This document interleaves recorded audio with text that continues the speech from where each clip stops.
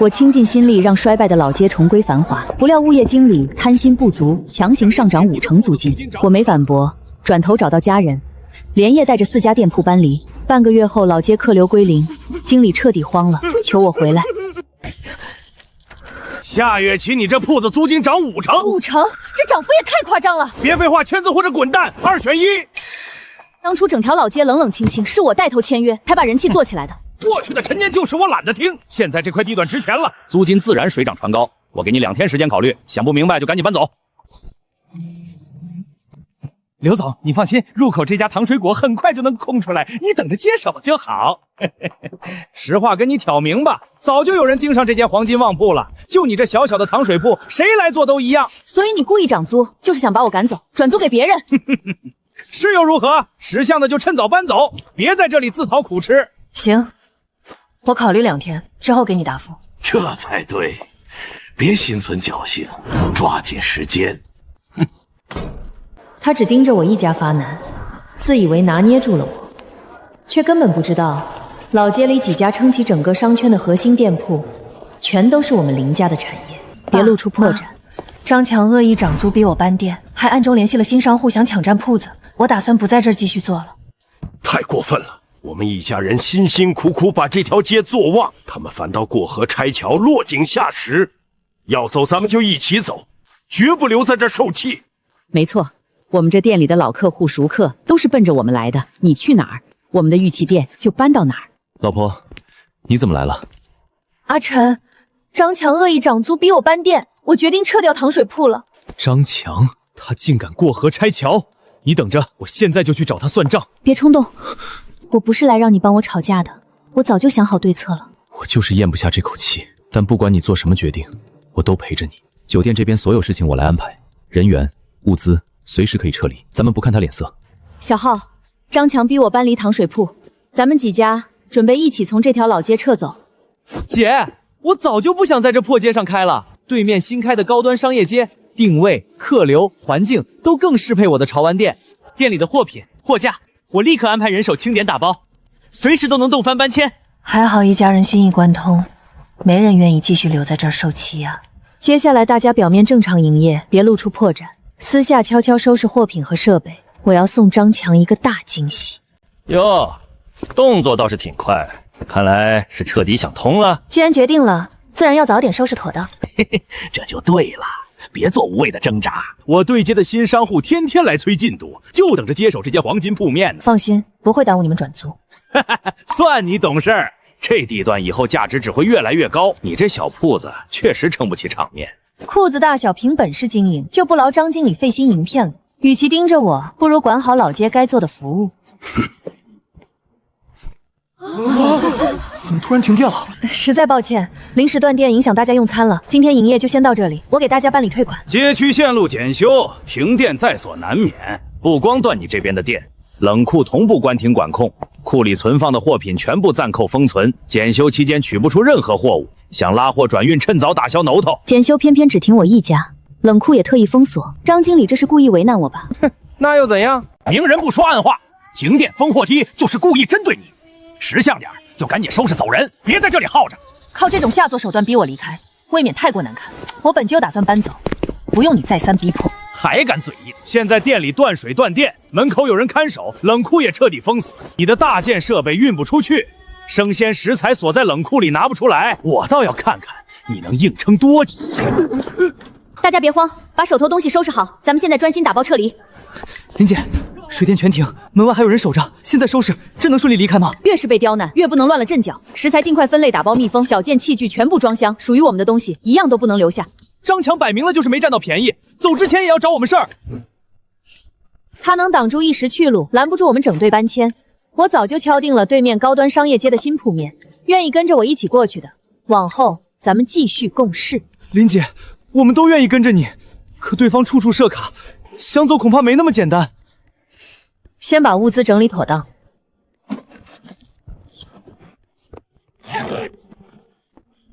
办法我来想。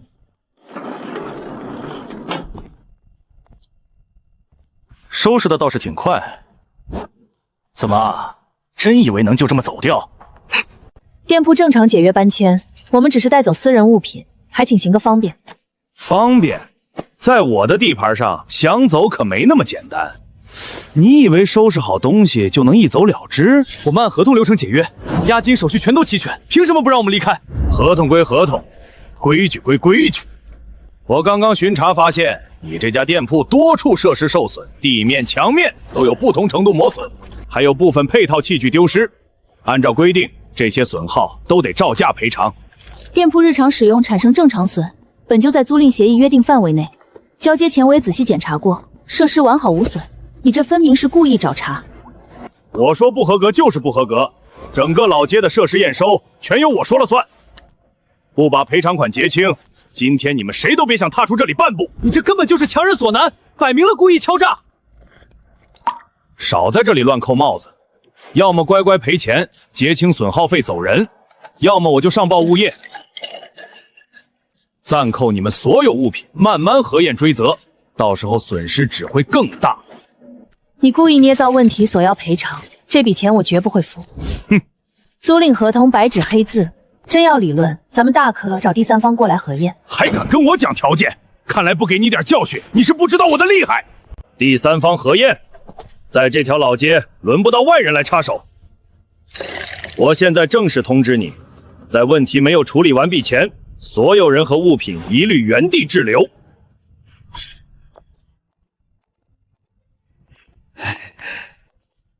刘总，您可算来了！我带您实地看看这间旺铺，位置俱佳，绝对能让您的新店生意火爆。就是这里，看着乱糟糟的，卫生也太差了吧？可不是嘛，之前的店主经营散漫，把好好一家铺面弄得又乱又脏。不过您放心，等他搬走，我们会彻底翻新打扫，保证焕然一新。店铺刚刚收拾物品，暂时有些凌乱，每日营业结束，我们都会全面清洁。轮不到外人随意诋毁。做生意讲究门面，就这环境，也难怪做不出什么大动静。我接手之后，不光要重新装修，连格局都得全部改动。刘总眼光独到，您入驻之后，这里档次直接提升一大截。我已经催了很久，奈何对方一直拖延，迟迟不肯搬走。占着铺面不肯走，无非是想多赖几天。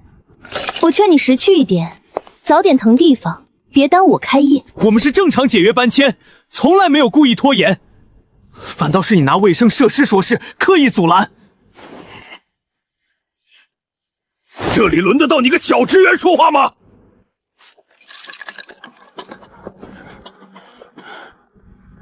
铺面我一定会腾出来，但前提是结清所有手续，停止无端刁难。不把设施损耗的赔偿交齐，手续永远别想加购。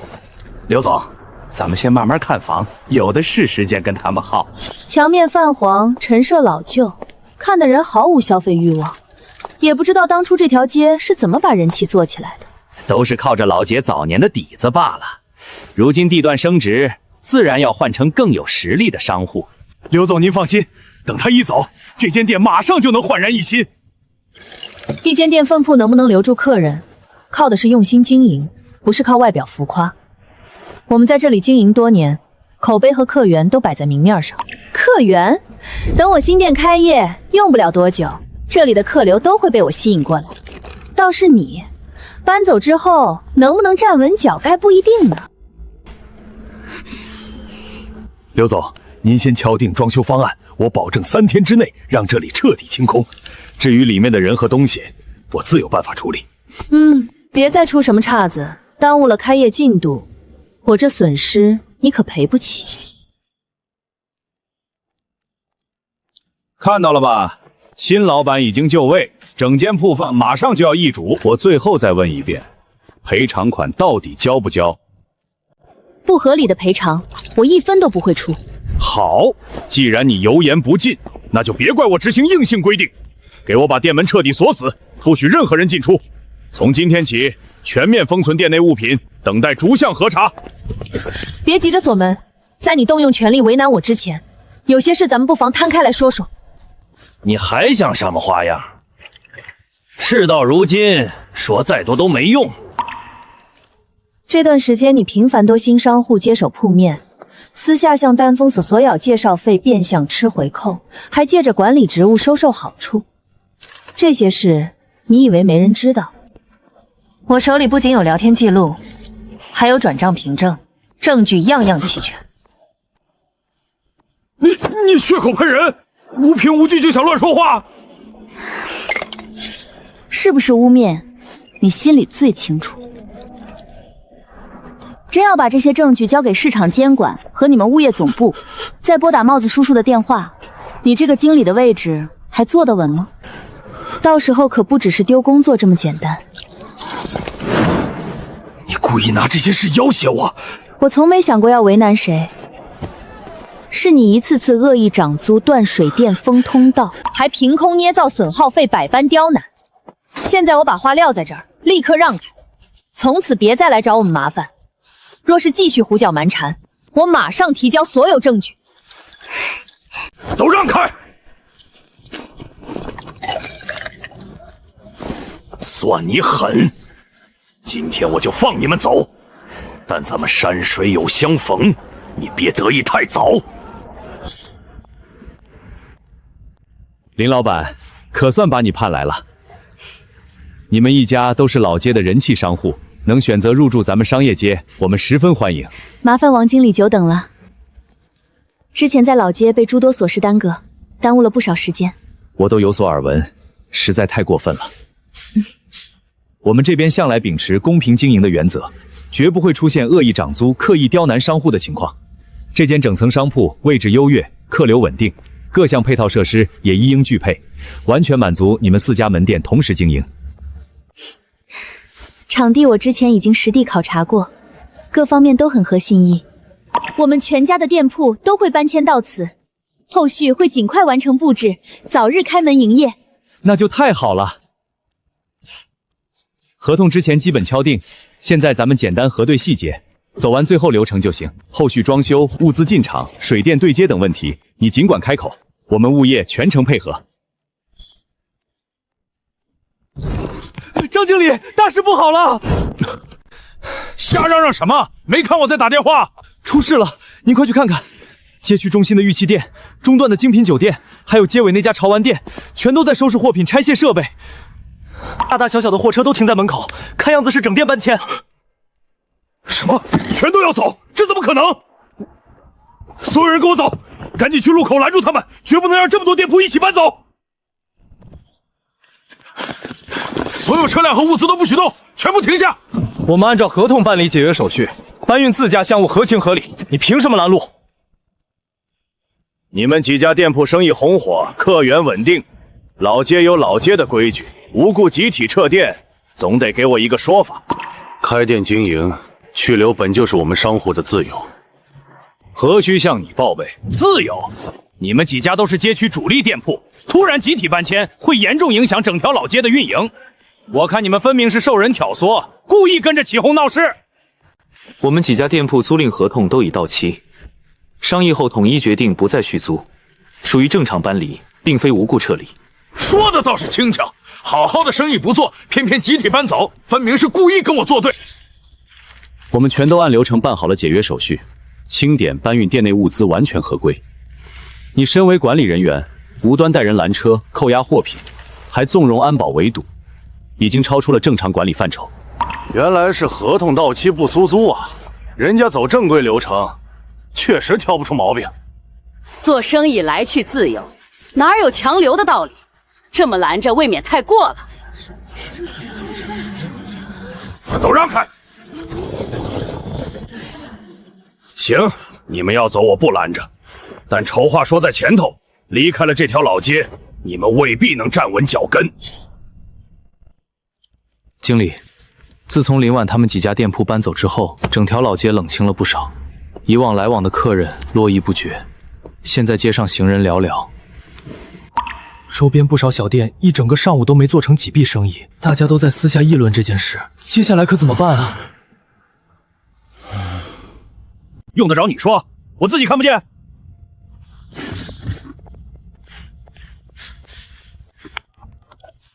刘总，林婉已经搬走了，铺面彻底空了，你赶紧安排施工队进场装修，抓紧时间开业，千万别耽误黄金营业期。这可是整条街位置最好的旺铺，只要正常经营，绝对爆火啊！放心吧，张经理，施工人员我早就安排待命了，马上进场连夜赶工，2天之内保证完成装修，准时开业。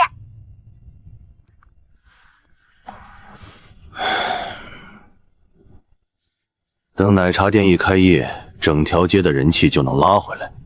林婉，咱们走着瞧，迟早让你吃不了兜着走。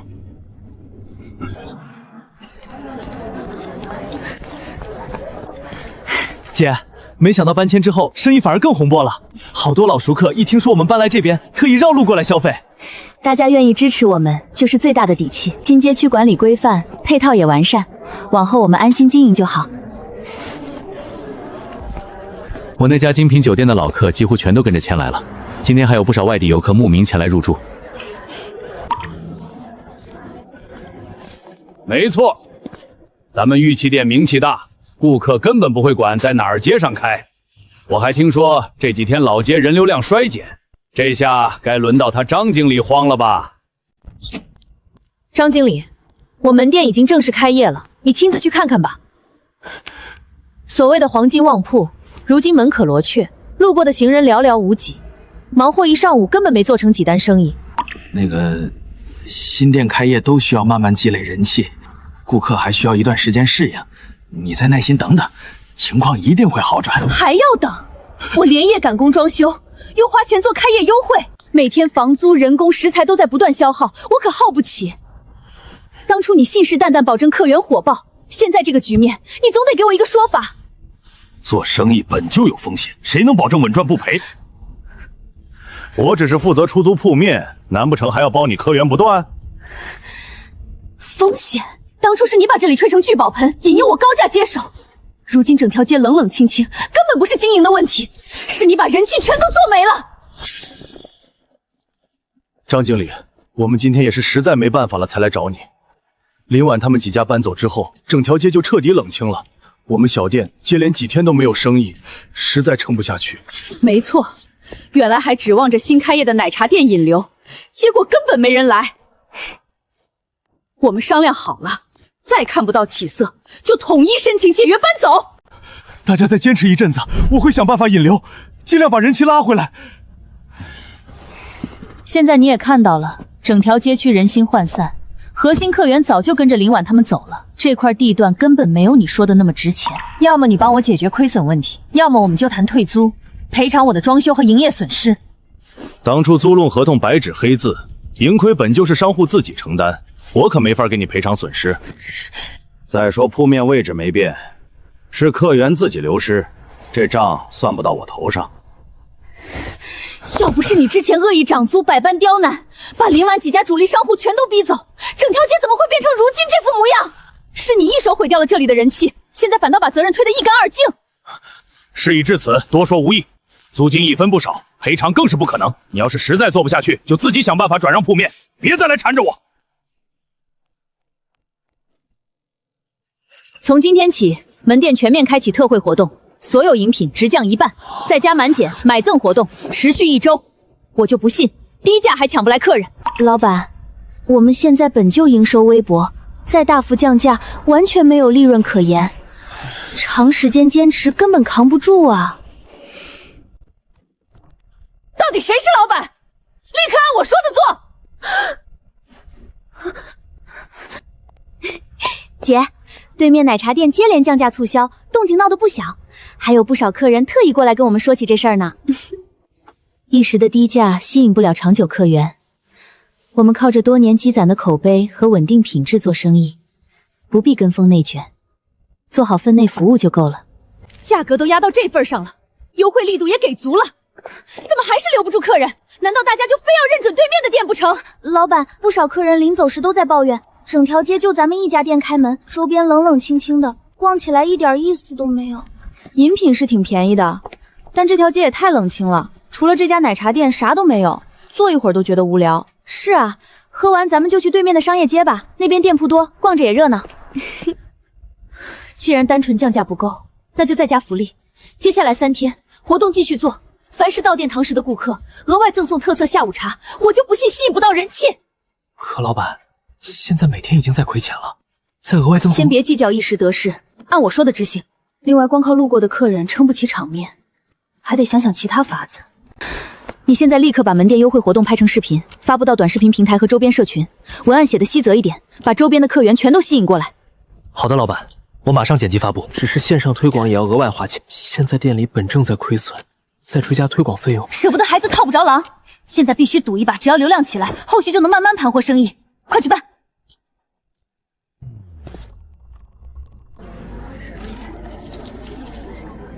瞧见没有？线上推广加上福利活动双管齐下，效果立竿见影。照这个势头发展下去，用不了多久，整条街的人气都能被我带起来。老板说的是，今天从开门忙到现在，队伍就没断过，这几天总算是热闹起来了。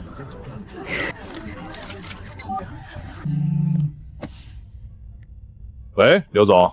张经理，你这会儿忙不忙？有空的话，不妨来我店门口看一看。看什么？难不成你店里的生意有转机了？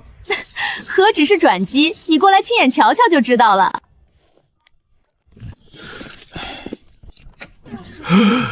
刘总，你就是咱们这条街的救星啊！以后门店经营、场地协调这些事儿，你尽管开口，物业这边一定全力配合，绝不拖后腿。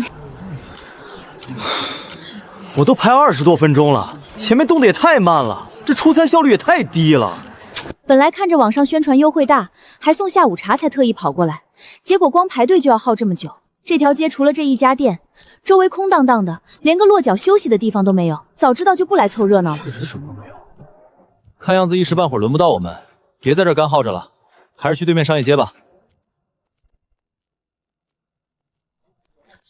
老板，店里就这么多座位，大家全顾着打卡拍照，一时半会儿空不出多少位置。外面排队的客人怨气很大，已经有不少人中途走掉了。再这样下去，容易出客诉啊！怎么办啊？那就现在临时更改规则，从今往后不再区分堂食和外带，所有到店消费的顾客一律额外赠送1份下午茶。老板，这样绝对不行！原本只有堂食顾客才能领取赠品，现在所有订单都送，亏损只会越来越严重啊！啰嗦，把客人留下来才是最重要的，赶紧回去干活。刘总处事就是灵活，懂得及时调整策略，也难怪能把生意做这么红火。听说对面奶茶店最近在网上大肆宣传，优惠力度看着确实诱人，哪天咱们也去看看吧。劝你别去，我中午特意绕过去凑了个热闹，队伍排得老长了，等了半个多小时才拿到东西，体验感太差了。我刚才刷短视频也刷到那家奶茶店了，看着优惠挺大，但一想到老街空荡荡的样子，就没打算过去。还是这边热闹，东西也合口味。姐，这几天不少客人都在议论这件事，咱们要不也搞个活动吧？不用，做生意靠的是口碑，打价格战不是长久之计。老板，这3天的全部账目都核算完毕了，您看一看。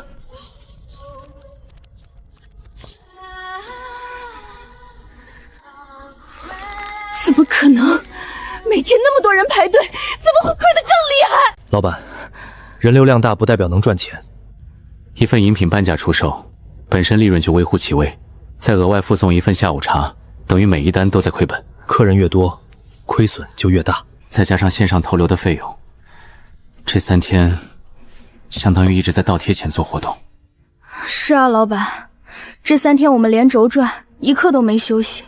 本以为能扭亏为盈，没想到亏得更多了。再继续这样做活动，用不了多久，店里的流动资金就会彻底耗尽。要不咱们赶紧叫停所有优惠活动，恢复原价吧。再撑下去，店铺真的撑不住了。从明天开始，更换所有饮品的原料，鲜奶换成奶精，新鲜水果换成罐头果粒，茶叶、糖浆也全部改用最便宜的品类，配料分量减半，能省一点是一点。老板，这绝对不行！现在客人就是冲着饮品口味来的，一旦偷工减料，口感会大打折扣，大家一尝就能吃出来，到时候口碑就彻底毁了。都这时候了，谈什么口碑？不压缩成本，店铺直接关门倒闭。按我的要求去做，对外严格保密，不许跟任何人提起原料更换的事。慕名来打卡这家网上很火的奶茶店。宣传说的天花乱坠，但是入口之后奶味很假，明显是奶精勾兑，果肉寥寥无几，整体口感非常敷衍。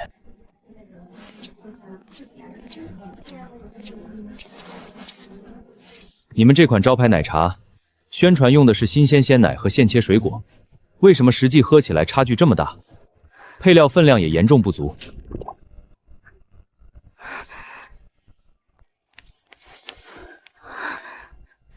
这位先生，我们门店正常经营，你不要随意拍摄，也不要乱说话。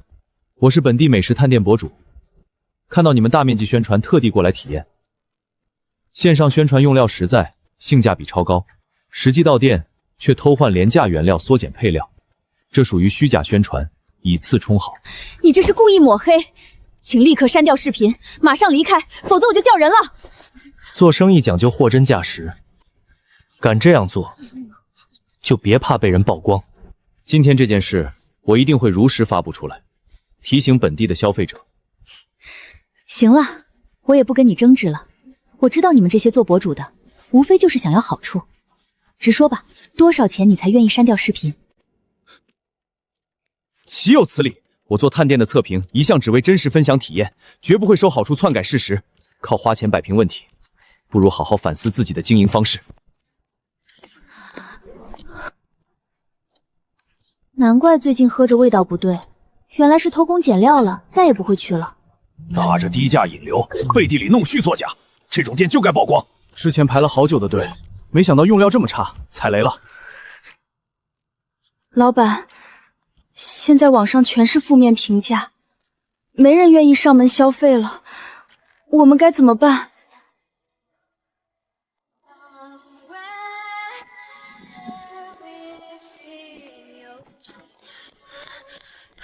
柳如烟，你看看现在闹成什么样子！虚假宣传、偷工减料，被博主打假，整条老街的名声都被你败坏了。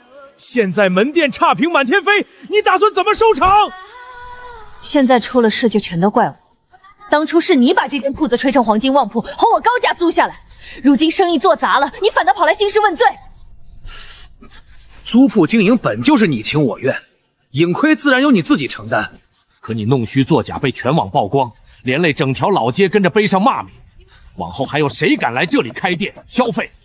你这是把所有人都拖下水，必须由你赔偿损失。凭什么让我赔偿？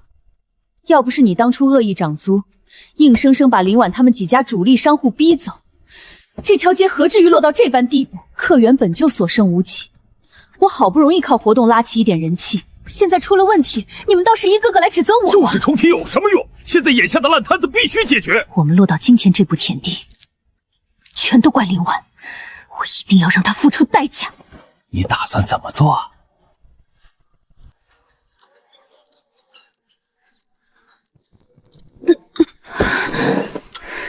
不对劲啊！吃完你们家糖水没多久，肚子就疼得厉害。我也是一阵一阵的绞痛，该不会是食材不新鲜吧？两位别着急，是不是哪里不舒服？实在抱歉，我先给你们倒杯温水，咱们慢慢说。别说那些没用的，肯定是你们店里的东西有问题。好端端的，怎么吃完就闹肚子？这事儿你必须给我们一个说法。我理解两位身体不适的心情，我们门店一直严格把控食材与卫生，每天食材当日清，后厨也随时接受查验。如果真是用餐后出现不适，我们愿意配合去正规医院做检查，所有费用由我们承担，查清原因再说。检查？谁知道你们会不会暗中动手脚？反正今天这事儿没完，我现在就拍照发网上，让大家都看看，你这就是家黑店。既然两位身体难受，那就别再争执了，我马上打120送你们去医院做全面检查。不用这么麻烦，一点小毛病而已，没必要叫救护车。身体不舒服可不能硬扛，真要是食材引发的问题，尽早检查治疗才稳妥。吃出问题不第一时间治疗，反而还拍照，看着倒像是故意找茬的，真不舒服哪会拒绝去医院？就是，人家主动送医还推脱，这摆明了心里有鬼。不用你假好心，我们现在感觉好多了，不去医院，这事儿就这么算了。话不能这么说，今天这事闹得大家都看见了，不查清楚，不仅影响我们门店，对各位食客也不负责任。算了算了，我们还有事，先走了。让大家受惊了。大家放心，我们开店一直坚守品质和卫生，身正不怕影子斜。你安排的人根本没用，那2个人做贼心虚，当场就露了马脚，不仅没掀起风浪，反倒让周边客人都看明白了。我也没想到林婉反应这么快，就是故意上门碰瓷儿。原本想着用最简单的法子搅黄他的生意，谁知道偷鸡不成吃把米。硬碰硬上门找茬肯定行不通了。林婉那家糖水铺口碑扎实，老顾客多，小打小闹根本撼动不了他。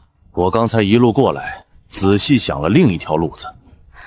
当初和林婉一起从老街搬走的还有3家店，玉器店、精品酒店，还有一个年轻小伙打理的门店。这几家当初都是老街的主力商户，客流底子很厚。你的意思是，把这些商户再劝回老街？没错，只要能把这批商户请回来，整条老街的人气就能瞬间回暖。到时候林婉孤身一家留在新商圈，独木难支，生意自然会慢慢下滑。而且只要商户回流，我这边的租金管理压力也能缓解，你的奶茶店也能借着整街的人气重新做起来，这比单纯针对林婉一个人要稳妥得多。这个思路倒是可行，可现在人家在新地方站稳了脚跟，凭什么愿意回来？事在人为，姿态放低一点，拿出实实在在的优惠。我打算推出大幅让利政策，房租、物业费、管理费全部减免，再额外补贴装修费用，给他们安排整条街最优的铺面。人都是趋利的，这么大的优惠摆在面前，我就不信他们不动心。张经理，咱们真要挨个去找那些商户吗？当初闹得那么不愉快，人家未必愿意搭理我们。面子不值钱，现在能盘活老街才是正事儿。我拟定的优惠条件足够优厚了，租期前半年房租全免，1年之内物业费、公共管理费全部由物业承担，而且铺面位置任由他们挑选，还补贴一部分门店翻新费用。这么大的福利，普通商户根本拒绝不了。明白。那咱们先从哪一家开始？先去前面那家玉器店，店里是一对中年夫妇在经营，好沟通。林总，我今天过来是想跟你们聊聊回老街经营的事儿。回迁，我们早就搬出来了，没打算再回去。现在老街推出了扶持政策，只要你们愿意回去，前半年房租全额免除，1年内所有物业费、公共管理费、水电公摊全部由物业承担，不用你们出1分钱。不用说了，不管政策怎么变，我们都不会回去。你们请回吧，不再好好考虑一下，错过这次机会，以后可就没有这么好的条件了。话已经说得很明白了，慢走不送。唉，张经理，第一家就直接拒绝了，看来这事比预想的难办。老东西目光短浅，不愿挪地方也正常。下一家去前面的精品酒店，负责人年轻，酒店面积大，免房租对他吸引力肯定大。苏总，我们此次前来是想请你搬回老街，如今老街空了不少铺面，我们还专门出台了回迁扶持政策。不必多言，我没打算搬。苏总，我知道搬迁有成本，所以才给足补贴，前半年免房租，1年之内所有物业相关费用全免。另外，保安，过来送客。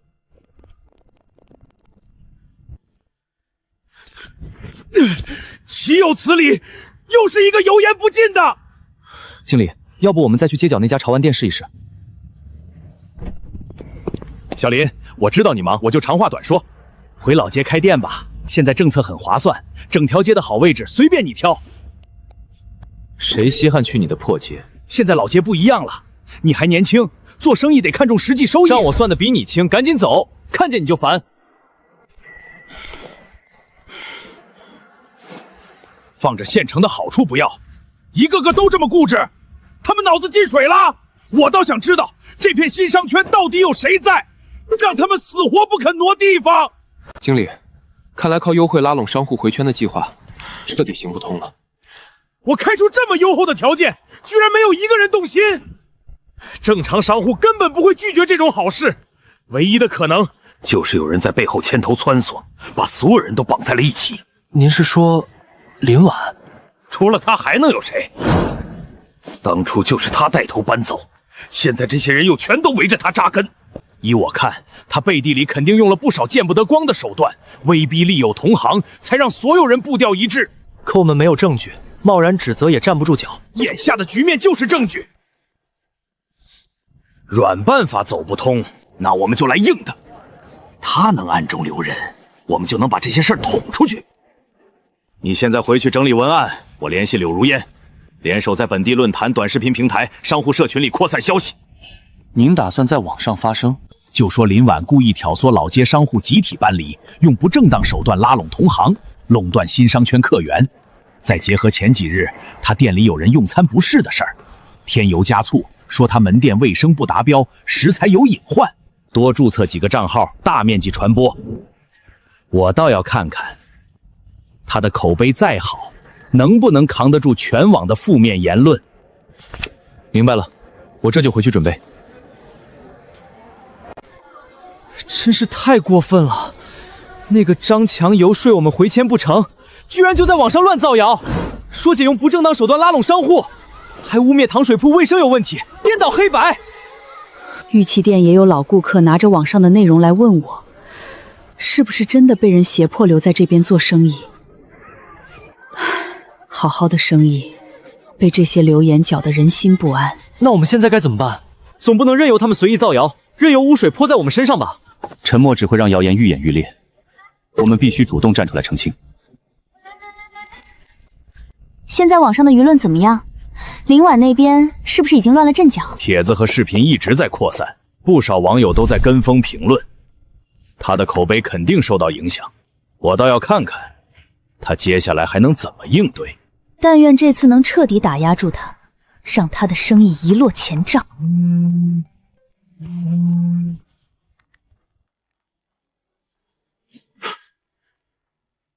怎么了？出什么事了？你快看这份声明！国风糖水铺林婉、玉器店林氏夫妇、精品酒店苏晨、潮玩店林浩4人为直系亲属及配偶关系，所有门店为家族统一规划经营，搬离老街均为自主选择。怎么会这样？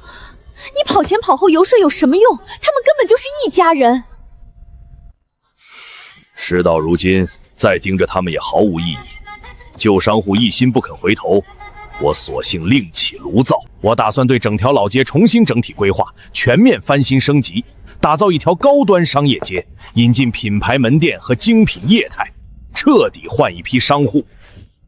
打造高端商业街，那是好事。等人气起来，我的奶茶店也能跟着盈利。想的倒是美，你这间店占着整条街最核心的临街旺铺，饮品业态和高端定位格格不入。按照新的规划，你必须搬走，把这个位置腾出来。让我搬走？当初整条街死气沉沉，是我咬牙租下铺面撑场面，我还处处帮你周旋。现在眼看要改头换面，你反倒第一个赶我走。此一时彼一时，我是物业经理，一切要以街区整体发展为重。要么你主动撤店，要么我就大幅上涨租金，两条路你自己选。好啊！当初你用涨租逼走林婉，如今又想用同一套手段对付我。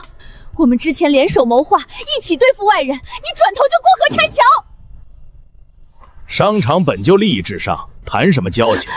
你生意做砸，口碑尽毁，留在商业街也是拖后腿。我给你3天时间考虑，逾期不搬，我就按物业规定强制结束。张强，你王八蛋！张经理，大老板突然到总部了，特意吩咐让您立刻去他办公室一趟。是为了老街升级的事儿吧？后续招商计划我都梳理好了，用不了多久就能回正轨。不像，老板脸色特别难看，手里还拿着一摞调查报告，看着火气不小。您过去一定要谨慎应对。识相的就赶紧搬走，希望我下次过来，你已经腾出来位置了。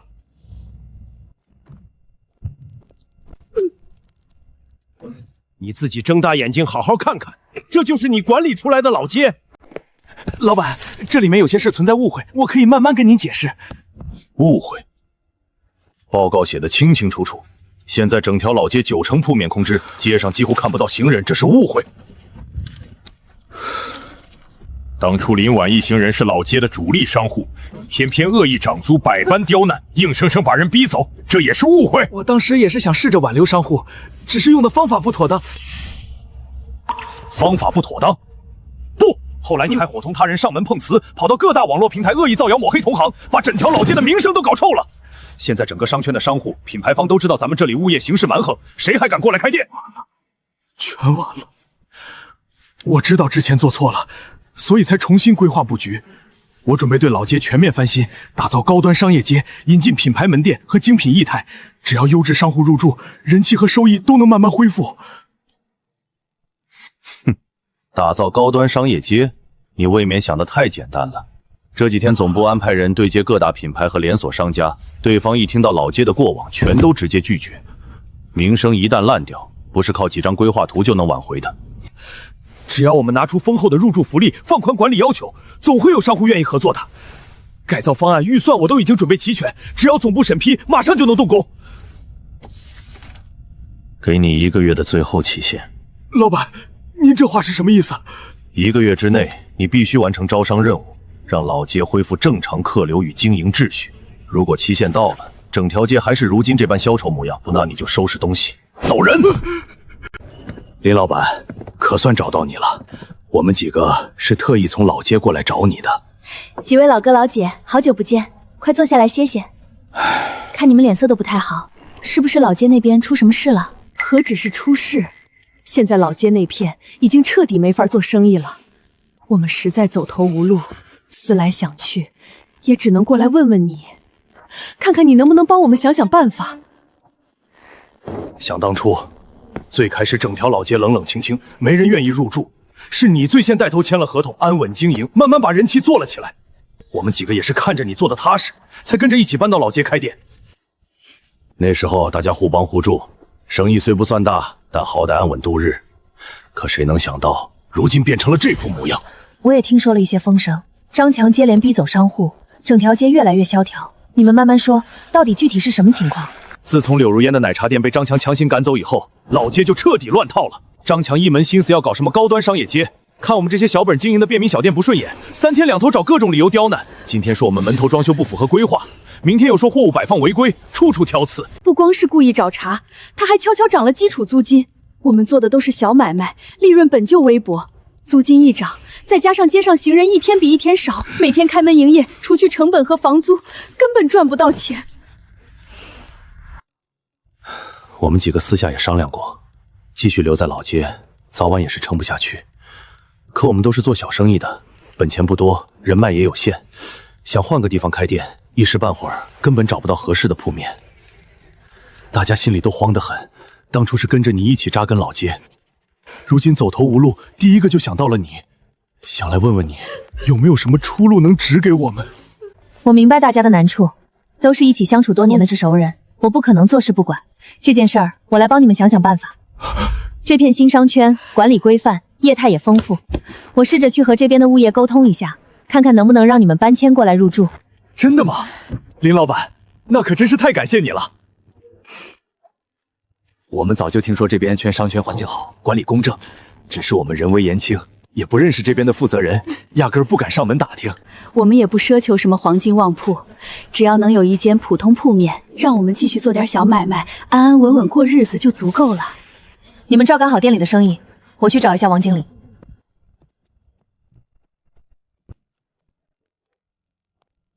林老板，稀客，今天怎么有空过来？店里生意一切都还好吧？托王经理照顾，店里一切都挺顺利的。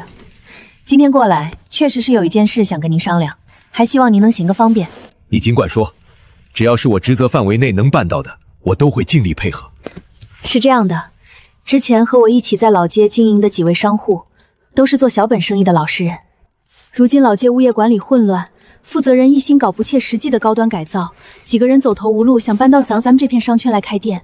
所以我特地过来问问您，咱们这边还有空余铺位，能不能接纳他们入住？林老板，这件事确实有些棘手。你也清楚，咱们这片商圈整体定位是综合型高端商圈，从入驻业态、商户资质到门店装修标准，都有统一的规划和要求。而且目前商圈内的空余铺位本就不多，剩余的几间位置都不算理想。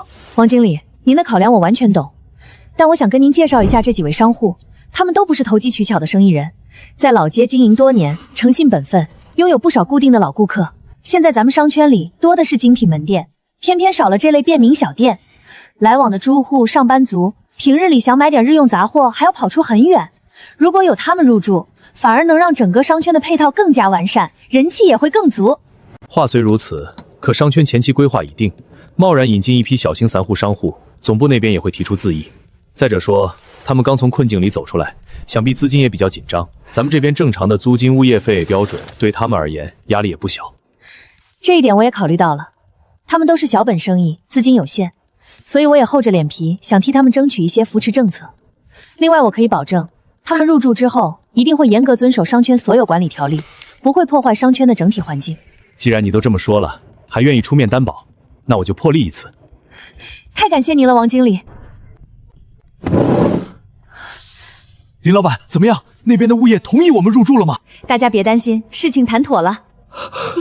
王经理看在大家都是本分生业人，破例同意让你们搬迁过来，而且还为你们申请了专属扶持政策，前3个月全部免租金，半年之内不用交物业费和公摊水电，装修和入住手续也会简化办理。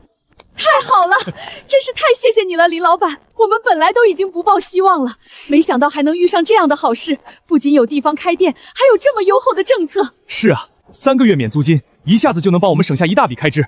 我们现在就去找人退租。张经理，不好了，原先留在老街的几家小商户刚刚集体递交了退租申请，都说今天就结清尾款，彻底搬走。搬走就搬走，正好合我心意。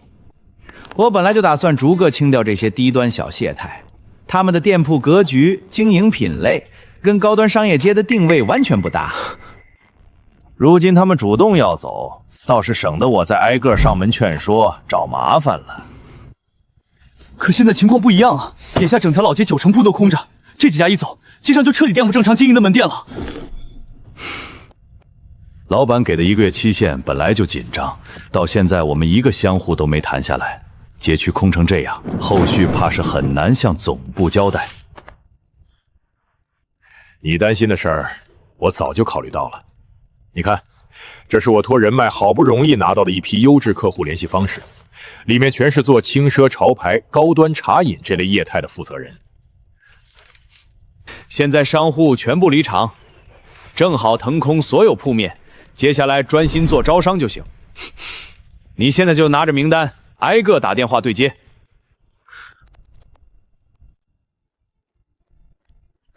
张经理，总算约下了几位品牌负责人，对方答应前来实地考察，提前安排人手清扫街道，当天我亲自出面。几位老板能抽空过来考察，实在是太给面子了。我先跟各位抖底，我们已经敲定了整体升级方案，整条街道会全面翻新，未来就是主打轻奢零售、精品品茶饮的潮流圈。哼。张经理，说实话，眼前这番景象和你描述的高端商业街相去甚远。整条街冷冷清清，没有客流，硬件环境也跟不上，根本承载不了我们的品牌定位。做高端生意，客流、氛围、配套缺一不可。这里如今一片萧条，就算后续翻新装修，短时间也聚不起人气。我们不会考虑在这里入驻，合作就此作罢。两位老板，麻烦再停一停，大家再好好权衡一下。我们给出的扶持政策真的十分优厚，翻新工程马上启动，用不了多久，整条街就能大变样。错过这次机会，实在可惜啊！什么高端品牌，眼光也不过如此。就凭着眼前一时的冷清就全盘否定，根本看不到长远的发展潜力，一个个挑3拣4，真以为离了你们，这条街就做不起来了？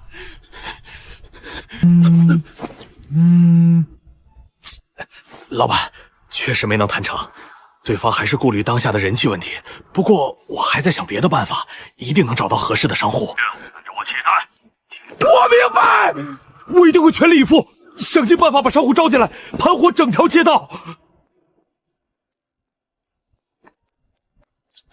张经理，我刚才去周边转了一圈，打探到一个消息，林晚的那家国风糖水铺最近研发推出了多款新品，口味反响特别好，网上不少人都慕名前来打卡。光是他一家店就引来了源源不断的客流，连带整片新商圈的人气都跟着水涨船高。可人家的热闹跟咱们现在窘境半点关系都没有。总部留给我的期限越来越近，再想不出办法，我这个位置就保不住了。经理，有句话我不知当讲不当讲。都什么时候了，还吞吞吐吐？咱们老街从前能维持正常经营，全靠林婉。如今高端招商这条路已经彻底走不通，想要短时间内把人气拉起来，也只有请回原先那批老商户。而那些人如今都十分信任林婉，只要他愿意出面说句话，事情未必没有转机。你说的对，现在也没有别的路可走了。我放下身段，亲自过去找他试一试。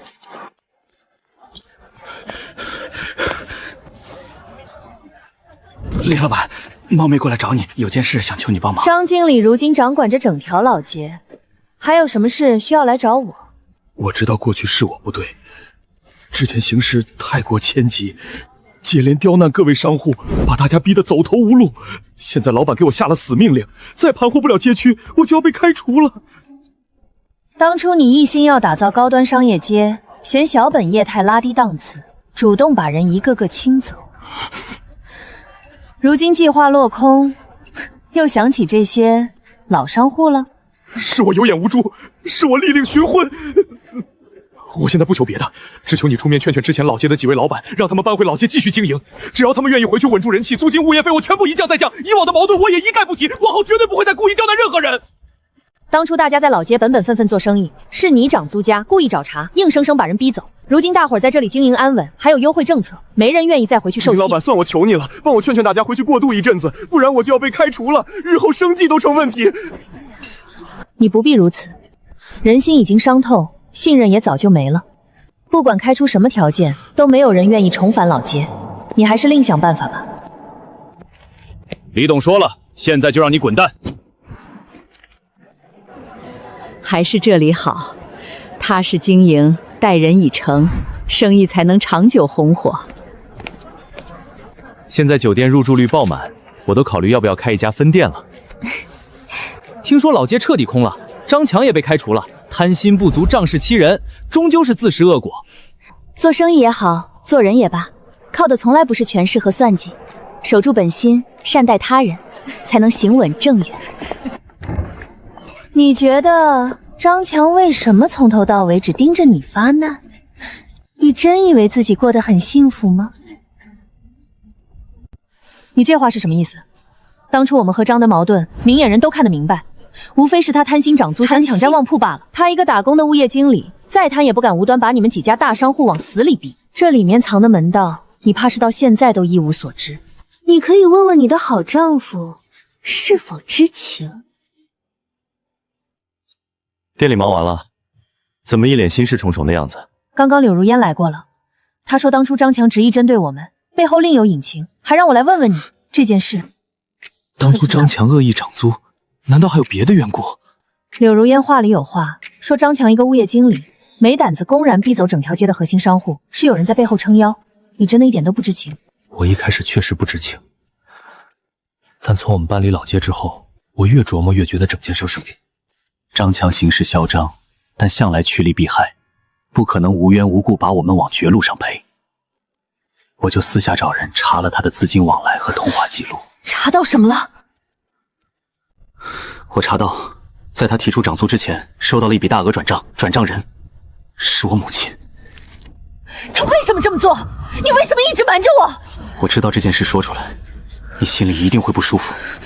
我母亲思想传统，一直念叨着让你关掉店铺，回家待着，不想让你整日在外奔波操劳。我猜到他是逼于无奈才想出这种极端的法子。他不想我做生意，大可以当面沟通，何必花钱收买外人，用这种逼迫的手段？是我考虑不周，不该一味隐瞒。事到如今，躲也躲不过去。我们现在就回家，当面和我母亲把所有话说开。今天怎么回来这么早？店里不忙吗？妈，我们今天回来是有件事要跟您求证。什么事？当初在老街，是不是您私下出钱找到张强，授意他故意刁难婉婉，逼他关掉糖水铺搬离？没错，是我做的。妈，我想知道您这么做的理由。婉婉，你每天守着店铺，起早贪黑，熬夜破货，接待客人，实在太辛苦了。我们家条件尚可，根本不需要你靠做生意谋生。我多次劝你放下门店，回家安安稳稳过日子，一家人在一起，可你始终不肯听劝。我实在没办法，才出此下策。我明白您的心意，但经营糖水铺是我真心热爱的事业，并非单纯为了谋生。我靠自己的双手努力生活，过得充实又踏实，并不觉得辛苦。事业和家庭从来不是对立的，我不想因为任何人的想法放弃自己的追求。妈，婉婉有自己的理想和坚持，我一直都全力支持她。您盼着抱孙子的心情我们理解，孩子的事我们会顺其自然，但您不该背着我们动用这种不正当的手段逼迫他。这件事不仅搅乱了整条老街的秩序，也伤了彼此的情分。现在回想起来，确实是我糊涂了，只想着按自己的想法安排你们的生活，却忽略了你们的感受。我不该背地里耍手段，这件事我向你们道歉。以后我不再干涉你们做生意，我也不再催促，你们想怎么生活就按照自己的心意来。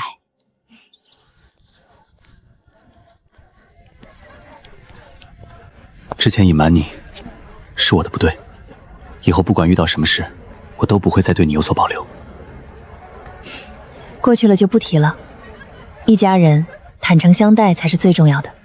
以后咱们就安心守着各自的生意，一家人和和气气的，比什么都好。这就是我最想要的生活。